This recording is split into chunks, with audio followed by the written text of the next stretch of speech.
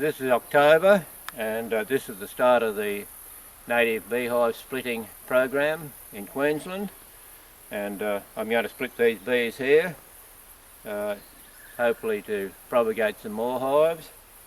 And the hive that I'm splitting and that I'm using is I'll firstly show you how it is. There's a brood box at the bottom with the base, then there's a metal lid goes on the top. There's a 25mm of styrofoam, 25mm of wood on the top, and then I use a lino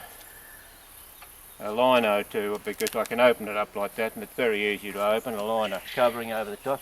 But this is the Stiller native vertical split collapse resistant brood box.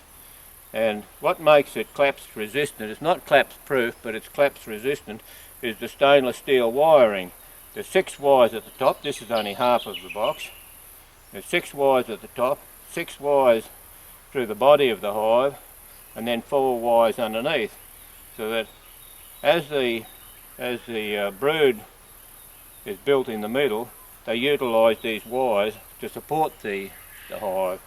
It's particularly important in southern Queensland, where we have a problem with the Kadaaki resin, which is much softer than the local resin. The Kadaaki is a eucalypt that's been imported from North Queensland, where it's native. It's not native down here, and it's very soft, and it causes a lot of problem with hive collapse, which is where the hive inside the box just collapses down and in most cases smothers the nest, and it will die out. Not in all cases, but in most cases. Now I'm going to open this up.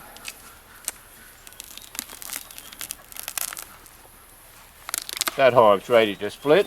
It's only just almost full. If you look in here, you can see how that's not full over there. It would fill that up. If I left them another few weeks, they'd fill that up with honey.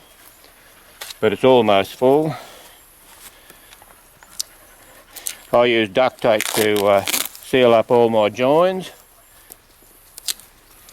I'll remove that.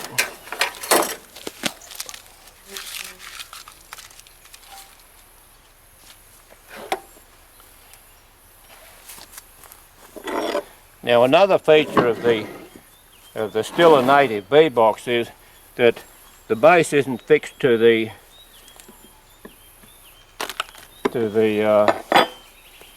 isn't nailed or screwed to the body of the box, so you can lift the complete piece off, and you can check the holes in we have drain holes in the bottom. You can check those to see that they're clear.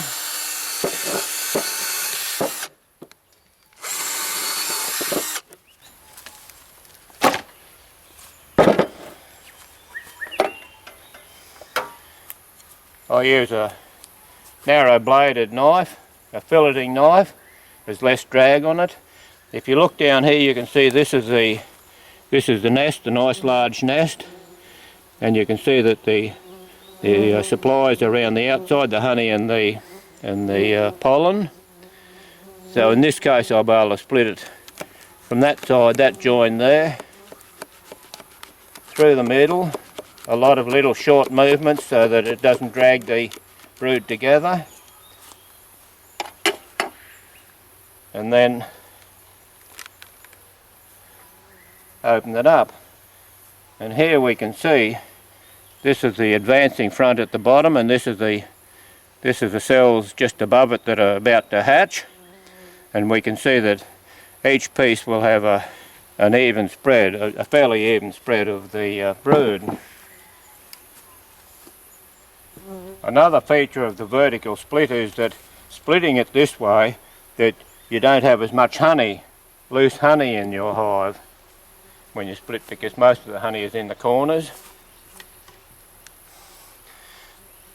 I have a cover over the entrance hole on the new piece, so they can in the next 24 hours they can move backwards and forwards and get their smell into that hive, into that entrance, so they haven't got the problem of using that new entrance, which they have otherwise.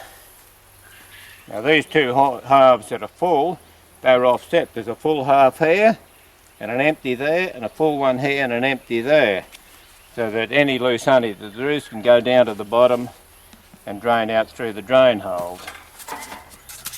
Well, there we are. Now that's the actual cut completed. I'll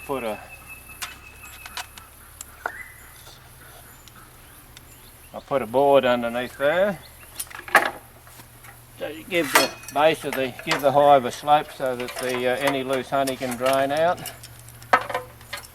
Thank you very much, and these hives, there are a few of them available commercially. Thank you.